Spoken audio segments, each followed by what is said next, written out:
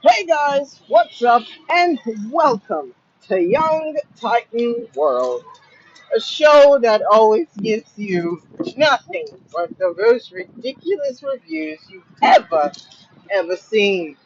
Actually, it's not ridiculous, it's just something that is spontaneous and it's because you come at me like, let's just say that we're friends. And on my off day, I happen to notice you walk around my apartment, and you ask me a simple question. How did you like this movie? I'm not going to give you a thesis of how it went down. I'm just going to give you the simple details. And that is what we do here at Young Titan World. It's the first thing that comes to mind when we talk about a certain movie, and it's as simple as that. So you can take that explanation and shove it up your very stuffed turkey. Very flammable thing of that. Oh, I haven't had turkey in a while. Anyways, guys, we're gonna be talking about the death of Superman. Now, I know. This is like walking back into the past and expecting happy responses, but I revisited the death of Superman because the DC universe has been a little bit complicated for me. Now, mind you, when I talk about the DC universe, I'm talking about the characters that make the name DC sound important to me, like Batman, Superman, Wonder Woman. They're the ones that bring the necessity or the importance of DC Comics to my doorstep. And the death of Superman is just among one of those cartoons or animations that I really do enjoy because the bulk of everyone is just so cool. I mean, everyone is built. All right, they got that slim fit kind of energy going, but it's not too much like Dragon Balls, where even the kids are ripped.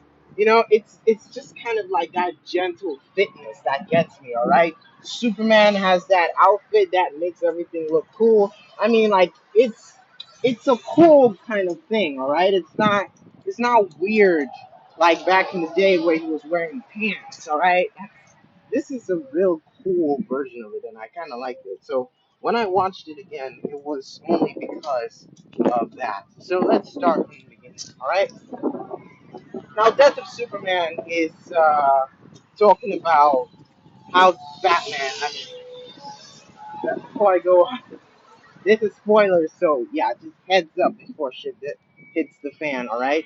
So, Death of Superman, as the name implies, is Superman dying. Why is he dying? Well, it's because of Doomsday. So, Doomsday is sent from, well, in the beginning, he comes through a boom tube. So, I'm assuming he's coming from Apocalypse, which is Darkseid's domain. So, he's coming onto Earth with the sole purpose of destroying every other champion that exists on Earth.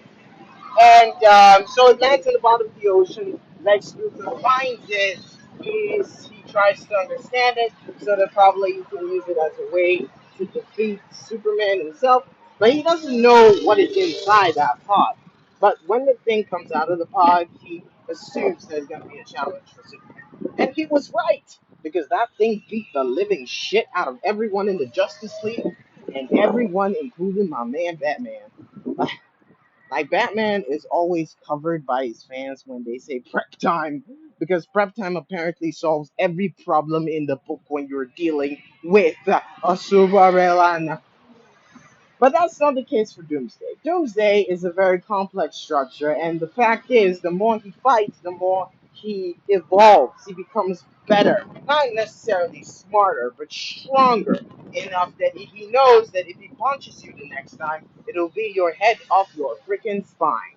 Um, so yeah, in the first instances, we get a little bit into Superman's love life and his struggle with trying to tell Lois about his secret identity, and everyone around him seems so chill about that sort of discussion. Batman doesn't have that discussion because he's okay with taking care of his kids and turning them into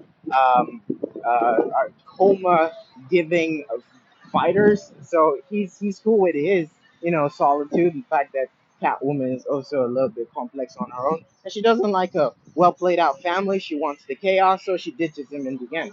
You can read that in the different comic section. But what we're talking about right now is Superman. He's got his own personal life going on, and we have this death threat from Darkseid that is coming all the way there to beat everyone in the Justice League and leave Superman with one condition and one condition only: to use his full capabilities, full power, strength, just to beat the living shit out of him so that he doesn't survive to kill Doomsday, because Doomsday is a threat that is killing everyone and would destroy the world if left alive. Now, whilst we're going in, I mean, yes, sure. Well, we're talking about how he beats everyone in the Justice League so easily. It's pretty much Doomsday. Like, I love the fact that they gave Batman a little bit of a moment. He didn't really run away. I think it's really ballsy of him, though. Going against an alien that you've seen beat everyone else. Like how Jordan didn't even want to stick with the program because he thought he was all that. He went out of his way. He went there.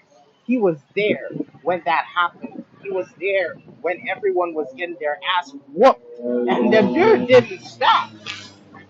That's got to show you that you gotta have balls. Superman balls are proficiently huge balls down that guy. That one, it was very insane. So yeah, he has a fight scene with everyone. I don't know what they had against doing it together, but it seems like how Jordan went, got his ass whooped. Flash went, got his ass whooped. Uh,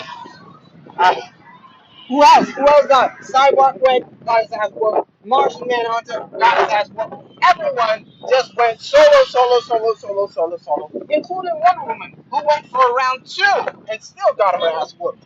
And it was nothing to do today. Now, I don't understand why you call yourself a king of justice if all you're doing is letting everyone go one by one and come and figure out what a plan. Even Batman. Like, why would you leave Batman alone with such a dangerous threat? A thing that is tearing people apart. He ripped off the body of Cyborg, for crying out loud. And Cyborg is supposed to be like someone who's using technology that's from Darkseid. But he gave him no chill. In fact, he was like, since you also from my crib, I ain't gonna hold back because you my nigga. And if you my nigga, you're supposed to be on the same level with me. And no, that was not the case, so he got his ass whooped too. Now, considering all that happened with Death of Superman, it's a lot to it's a lot to take in. I get that. You can't really say that it was a good move for them to throw themselves at such dangerous character without coming together and forming a sort of plan. They should have hit it all together, but it didn't work, and it was only left with Superman to pick up the scraps and save the day. Now, if there's one thing I've realized is how they always make Flash pick up the scraps after, like he has to, stick around and clean up, which I don't really know the real reason. Maybe it's because it always happens in the comics, but that's why they decided to bring it in the animation as well as the movie. Because if you watch the movie, the Flash movie, which we all thought was gonna help save Ezra Miller's name, uh, you realize that Flash also has the responsibility of picking up the scraps and trying to clean up the place, and that's just messed up. Anyways, Death of Superman really ends with a very emotional Superman charging at Darkseid. Darkseid's puppet, Doomsday, and killing him very oddly. Like he hits him so hard, his head turns around and is absolutely dead. And that's the end of him. But he did leave Superman a little bit of a present in his heart, so that killed him. And but at the ending, we see that something goes into his grave and picks him out of it. Actually, it's assumed that he was revived at the very ending. Well, we didn't really see it because it's a shadow in the sky, but there is a continuation, so I'll get right to that, and I will give you a review of that as well. Until then, I will keep in touch with you guys. Thank you guys so much for listening. I really am honored. Thank you for how far you brought this entire podcast. You guys have been unreal, and your love and your help has been immeasurable. So thank you. Um, that's it for me, and I'll check back in with you guys later. Until then, young Titan, thanks for listening. Bye.